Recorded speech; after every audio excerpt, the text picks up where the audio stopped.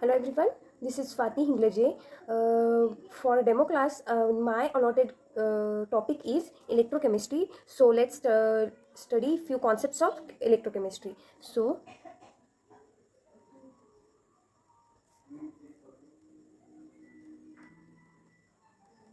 electrochemistry. In this chapter, we we are going to deal with two phenomena. First is electro means electricity, and chemistry nothing but chemical reactions.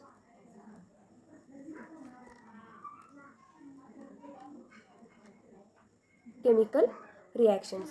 So from this we can sum up that electrochemistry, it is nothing but it is the study of production of electricity from the energy released during the spontaneous chemical reactions. So spontaneous chemical reactions means continuous, the reactions which occurs continuously, those are called as spontaneous reactions. In this we can take example as the water falls from like in the water falls from the up to the down. This is continuous reaction. We do here there is no need to apply external force. Likewise there are other few of non-spontaneous reactions are also there, in which we use the transformed electricity to carry out the non-spontaneous reaction. Take example as, if we want to lift the water from downward surface to up surface, then we use some mechanical force, we use some motors to lift that water from down to up. So that is non-spontaneous reaction. So here in electrochemistry we all deal with spontaneous chemical reactions and non-spontaneous chemical reactions.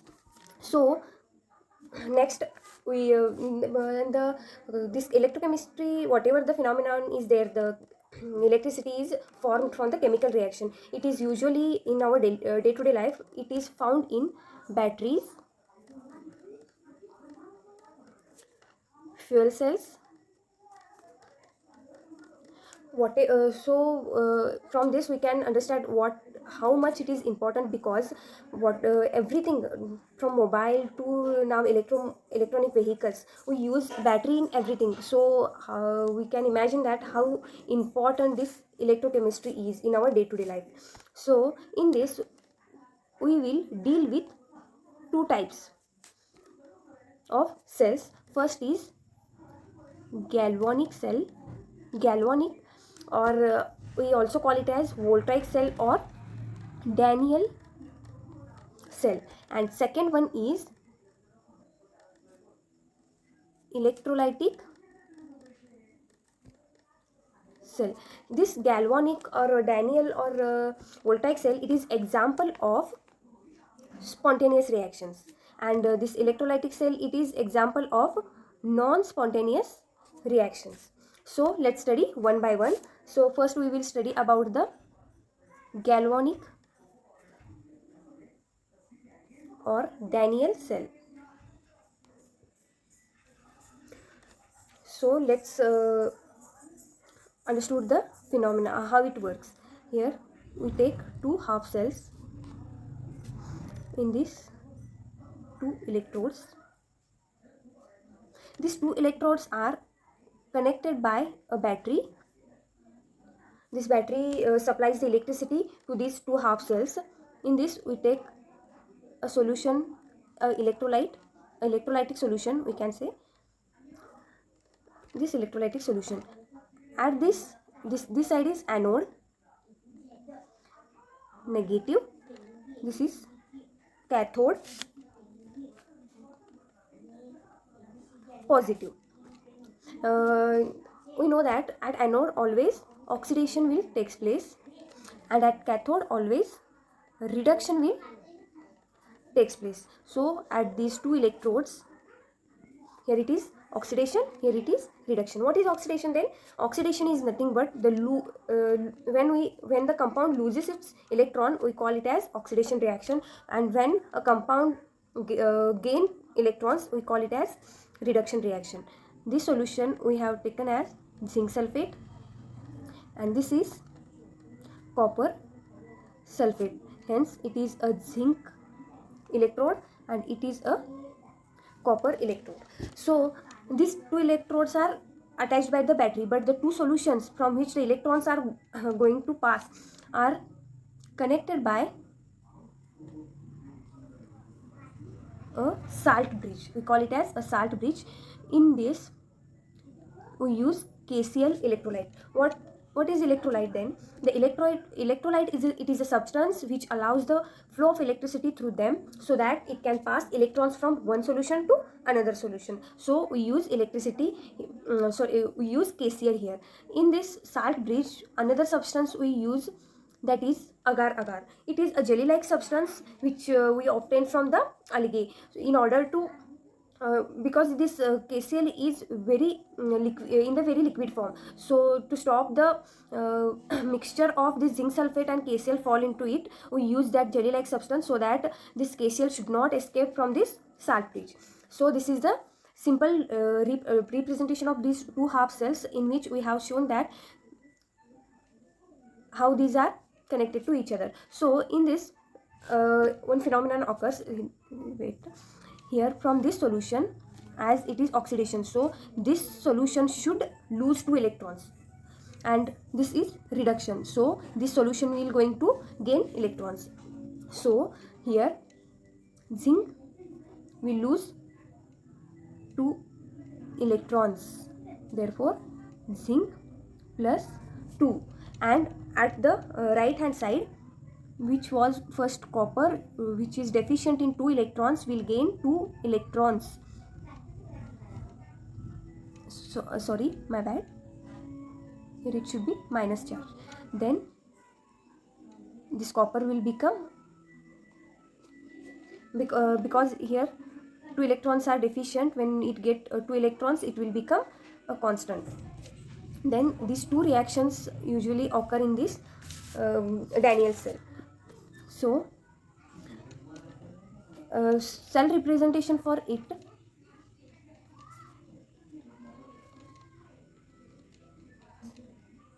is, first it was zinc, then it loses 2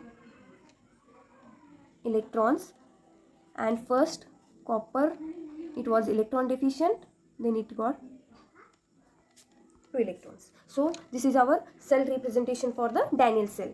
Then let's move forward, the another type of the cell, that is electrolytic cell.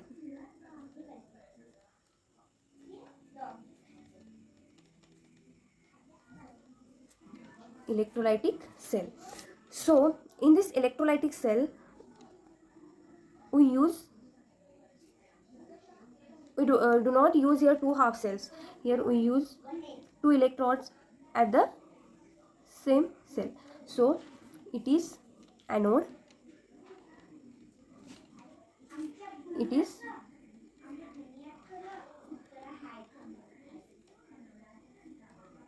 cathode. It is anode, it is cathode. So in the Daniell cell, what we have seen, this anode is of negative charge, but in the electrolytic cell it will reverse. So you should remember that it should be reverse. So like this, here this is electrolyte.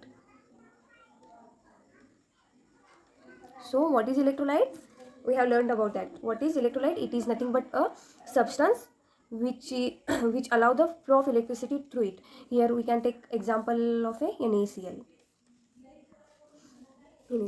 Here this NaCl will form Na plus Cl minus. Why it allows a flow of electricity through it? Because it completely dissociates into its ions.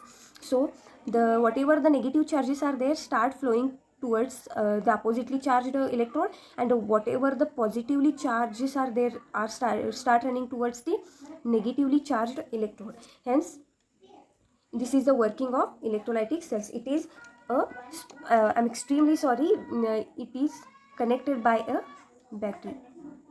Sorry, without this phenomenon is not possible. I'm sorry, my bad. Then next, so we have learnt about these 2 cells. Here in the first cells we have seen about that salt bridge. So how it helps us is, it helps, first it helps in the completion of the circuit, because without salt bridge it will not be possible, and it will also help in the helps to keeps or maintain the neutrality of the electrolytic solution. Then next we will deal with the Debye-Hückel's theory.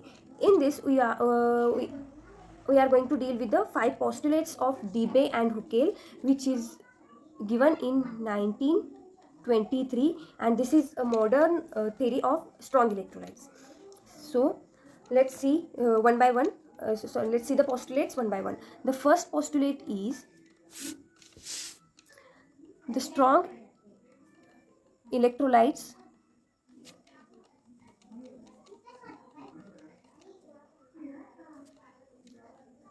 at all dilutions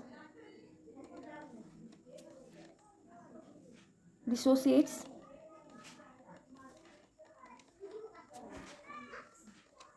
completely. So at all dilutions it dissociates completely. Let's see the example of it. NaCl. When we add 10 ml of water in it, it dissociates completely. Again, when we add 100 ml of water, again it dissociates completely. So it is a property of NaCl. Because it is a strong electrolyte, it always at all dilutions dissociates completely. Dissociates completely means whatever the molecules are there, they are separated from, means Na plus Cl. All the molecules of NaCl will separate in the form of Na plus Cl minus. Then the next postulate is the force of attraction, the force of electrostatic attraction between the two ions. Let's see Q1 and Q2. These are the two ions. Here the force of attraction between these two charges is given by Coulomb's law. Coulomb's law. So let's see the what is the relation of relation. If force is directly proportional to Q1 by Q2 divided by R square. It means the force is directly proportional. The force is directly proportional to Q1 and Q2 charges, means as the charges increases, force also increases, but it is inversely proportional to force, means inversely proportional to the distance between them. As the charges start going away from each other, the force between them starts decreasing. Then our third postulate is each ion is surrounded by oppositely charged ion. We call it as ionic atmosphere. We call it as ionic atmosphere. So let's see how it will be. Suppose this is a positive charge, then this positive charge should be surrounded by negatively charged ions. So in this type, this atmosphere will form, and like this, the negative ion will surrounded by positive ions.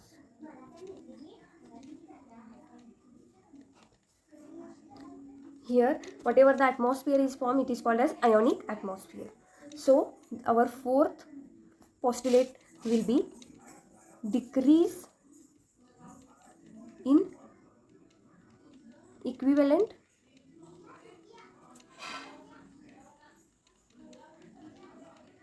conductance as concentration increases. So let's understand how it work. So we have taken two solutions in which Na plus Cl minus Na plus Cl minus ions are there. In this beaker, Na plus Cl minus Na plus Cl minus, Na plus, Cl minus. Here in this solution, 2 positive, 2 negative ions are there. Here 3 positive, 3 negative ions are there. So in the in this solution, the whatever the ions are there, they are in the less quantity, so they can move freely because there is more space for them to move here and there. But in this case, here we can see that there are 6 molecules, so it will be difficult as compared to this solution for these ions to move here and there. And the electricity, what is the principle? And the electricity is flow in the on the principle that whatever the electrons are there, they when they move very fast and freely, that amount of sorry, more the space, more the mobility, more the electricity flow, less the place, less the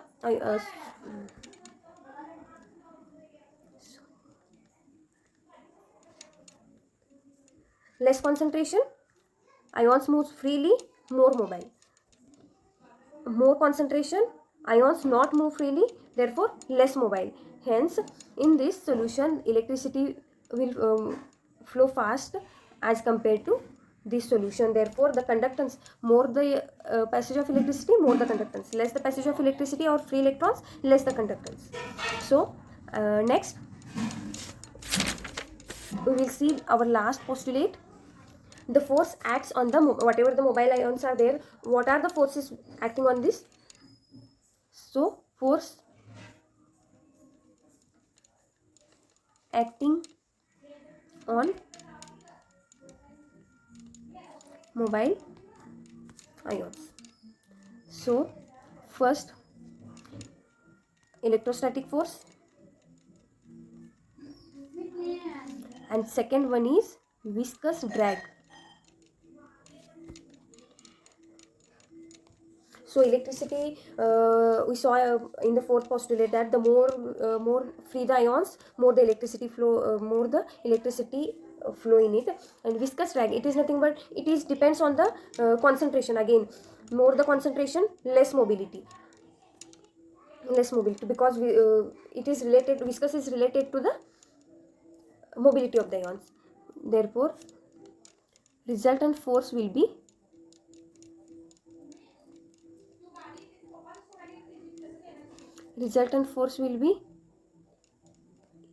electricity flow, electricity minus viscous drag.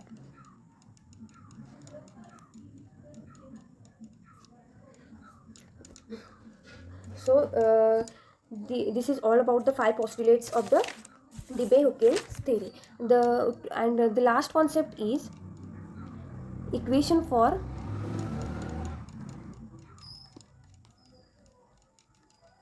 strong electrolytes.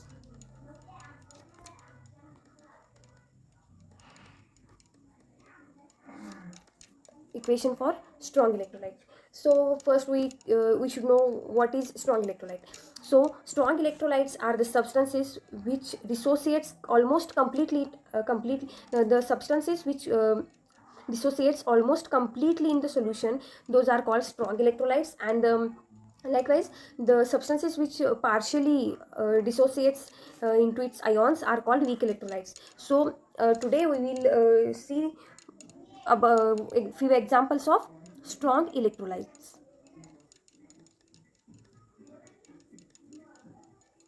Strong electrolytes. First, NaCl. So this is common example. All of us know that Na plus Cl minus, it is nothing but our common salt. Then second one about acid, HCl, H plus Cl minus, and HNO3,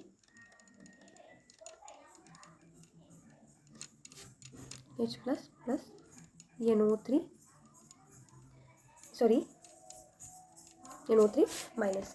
So today we have deal with the 3 topics. First, electrostatic and its introduction. In the introduction we have deal with the 2 cells. First, galvanic cell, galvanic or voltaic or Daniell cell, and the second one is electrostatic cell. Then we have deal with the Debye-Hückel's theory. In that we have learnt about the 5 postulates. In this, the first one is the strong electrolytes. The strong electrolyte is completely ionized at all dilutions. Second one is the force acting between the electrostatic force of attraction acting between the two ions is given by Coulomb's law. Then each ion is surrounded by its oppositely charged ions, and whatever the atmosphere it will form, it is called as the ionic atmosphere. Fourth is decrease the equivalent conductance with increase in concentration. As the concentration increases, the conductance power of that electrolyte will decreases. Fifth is the force acts on the mobile ions. Whatever the mobile ions are there in our electrolyte, so there are two forces acts on them. First is electrostatic force and electrical force, and second one is viscous drag. And lastly we have know the definition of strong electrolytes and weak electrolytes. Strong electrolytes, the electrolytes which almost completely dissociates it into its ions, are called strong electrolytes. And weak electrolytes, the electrolytes which do not or partially dissociate into its ions, are called weak electrolytes. By this I will end my chapter. So thank you so much. Thank you.